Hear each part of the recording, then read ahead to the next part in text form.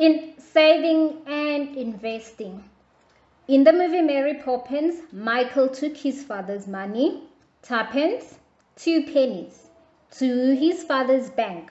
The bankers told him to open an account and save all of it. They said it would grow and make him rich. Michael wanted to buy food for the birds, so he ran away. Saving is putting aside a planned amount of our money each month. It helps us get enough to buy things that cost more than what we have. More than we have to spend in 1 month. It's also a way God helps us get ready for the future. He's planned for us like a college, trade school, or university schooling. Sometimes He uses savings to prepare us for unexpected things in the future. And saving gets us ready to help people. When we save wisely for a specific purpose, such as college, to buy something we need, or to help someone, we are trusting God to look after our future. Saving just so we can have lots of money is foolish saving. That's hoarding. When we hoard, we don't trust God to take care of us. We are trying to take care of ourselves by having lots of money. Jesus told a story about the rich hoarder who built a big barn to store his wealth in. Then he just enjoyed himself. God called him foolish. He was trusting his money, not God, to take care of him. He died before he could spend his money. What a waste!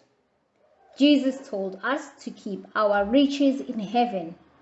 Thieves can't steal them from heaven as they can on earth. See Matthew 6 verse 19 to 21. God wants us to save wisely, not to hoard, and to store up treasure, rewards in heaven. The bankers wanted Michael to hoard his money. Michael wanted to spend it on bird food. What should you do with your tuppence? You should give to God. Keep some to spend and make a savings plan. You need to decide what you want to save for and put a little aside consistently until you have enough. Then you buy what you've been saving for, or give the money to the people who need it. You'll have treasure in heaven. Little by little. Put your money where your plan is, little by little. Saving is good. Saving is wise. Saving knows we trust God. But how do we do it? The secret is bit by bit. We budget our money. We are going to see page 55 to page 57. And part of our budget is a plan for saving. Every time we get money, we put the amount our budget says into our savings and record it on our budget journal. The plan says we are saving for a car, a bike, and a summer camp. We record in our journal what we put aside for each project. When our journal a Bible study passage, Genesis 41 verse 33 to 37, then again 56 to 57, then 41 to chapter 42 to chapter 1 to 2. Remember the legend Joseph, who served God faithfully as a slave and in prison. Well, he's about to have a serious promotion. What? With God's help, he interpreted 2 dreams. Pharaoh, the king of Egypt, had the dreams meant that 7 fantastic years of bumper crops were coming. But 7 years,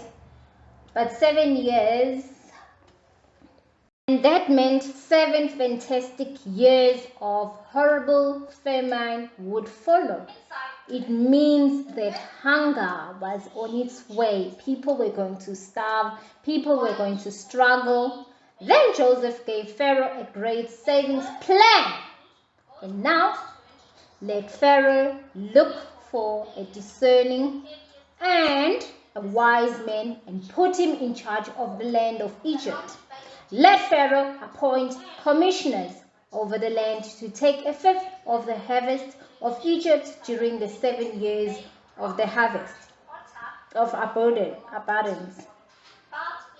They should collect all of the food of these good years that are coming and store up the grain under the authority of Pharaoh, to be kept in the cities for food.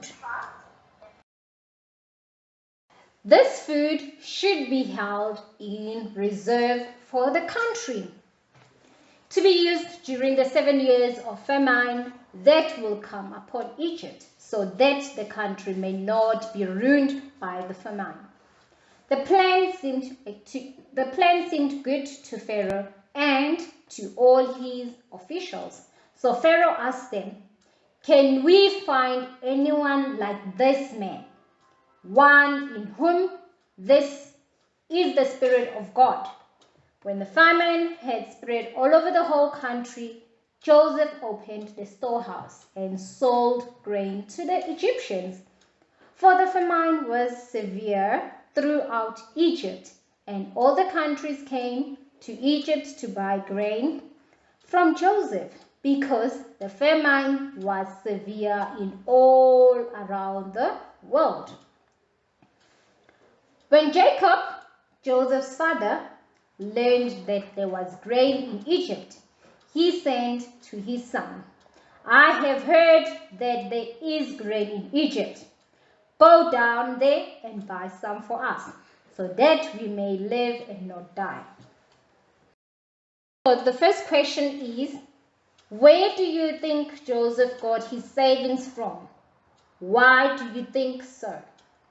Question number 2, how did he get ready for the future problems that he was sure they would come? Question number 3, what would have happened to the people of Egypt and the world around, including Joseph's family, if Joseph had just let everyone eat all the grain that when it was right there? So you are going to give your reasons and then you turn in at motto.